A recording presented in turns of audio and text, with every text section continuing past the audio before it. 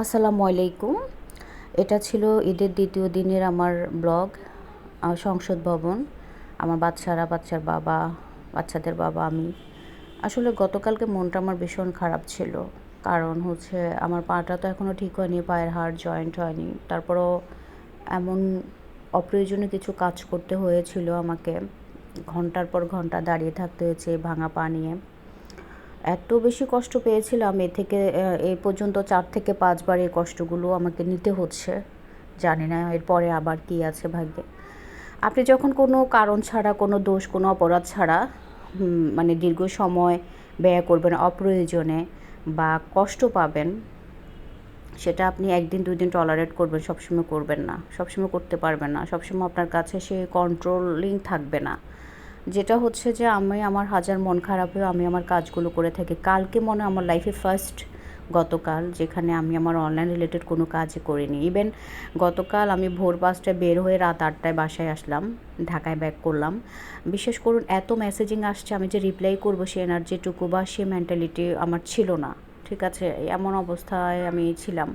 তো যে বা যারা এই ধরনের মানে কষ্টগুলো দিচ্ছে, তাদেরকে আল্লাহ হেদায়েত দান করুক। হ্যাঁ, আমি চাই না তারা এই ধরনের সিচুয়েশনগুলো কখনো ফেস করুক। আমি সে দোয়া কখনোই করব না। আমি আমার কোনো যদি জানা মতে শত্রু আমার নেই, যদি থাকে তাদের জন্য দোয়া করে যেন এই শত্রুদেরকেও এই ধরনের কষ্টগুলো বিনা কারণে, বিনা অপরাধে পেতে না হয়। কিছু কষ্ট আছে যে আপনার চাইলেও আপনি কারোর সাথে মন খুলে বলতে পারবেন না, শেয়ার করতে পারবেন না। বিশেষ করে যারা মান সম্মানটা চেনে। আর যাদের মান সম্মান নেই তারা অবশ্য সব কথাই অকপটে শেয়ার করতে পারে।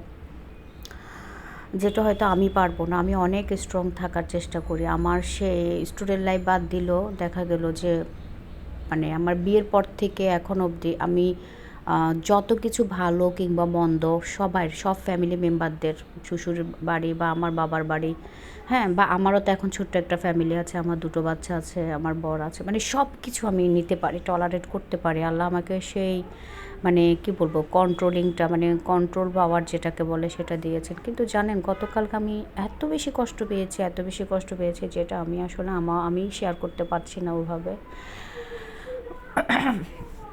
আল্লাহ তাদেরকে হেদায়েত দান করুক, এটাই হলো আমার কথা। আর আমার কষ্টগুলো হয়তো বা সাময়িক, হ্যাঁ, আমার কষ্টগুলো চলে যাবে। কিন্তু আমাকে যারা বা আমাদেরকে যারা, আমাকে না, আমি বহু বচনে বলবো, আমাদেরকে যারা কষ্টগুলো দিয়ে যাচ্ছেন, হ্যাঁ, তাদেরকে আল্লাহ ক্ষমা করে দিলে অবশ্যই ক্ষমা পাবেন। আমরা মন থেকে ক্ষমা করে দিচ্ছি বা আমি ক্ষমা করে দিচ্ছি, কিন্তু যিনি সৃষ্টি করে পাঠিয়েছেন, উনি যদি ক্ষমা করেন তাহলে অবশ্যই ক্ষমা পাবেন। আসলে আমি মেন টপিকটা নিয়ে কথা বলতে পারছি না। তো যেটুকু বলেছি এটুকু অনেক বেশি মন খারাপ দেখে বলেছি, নয়তো এটাও বলতাম না। সবাই ভালো থাকবেন। আল্লাহ হাফেজ।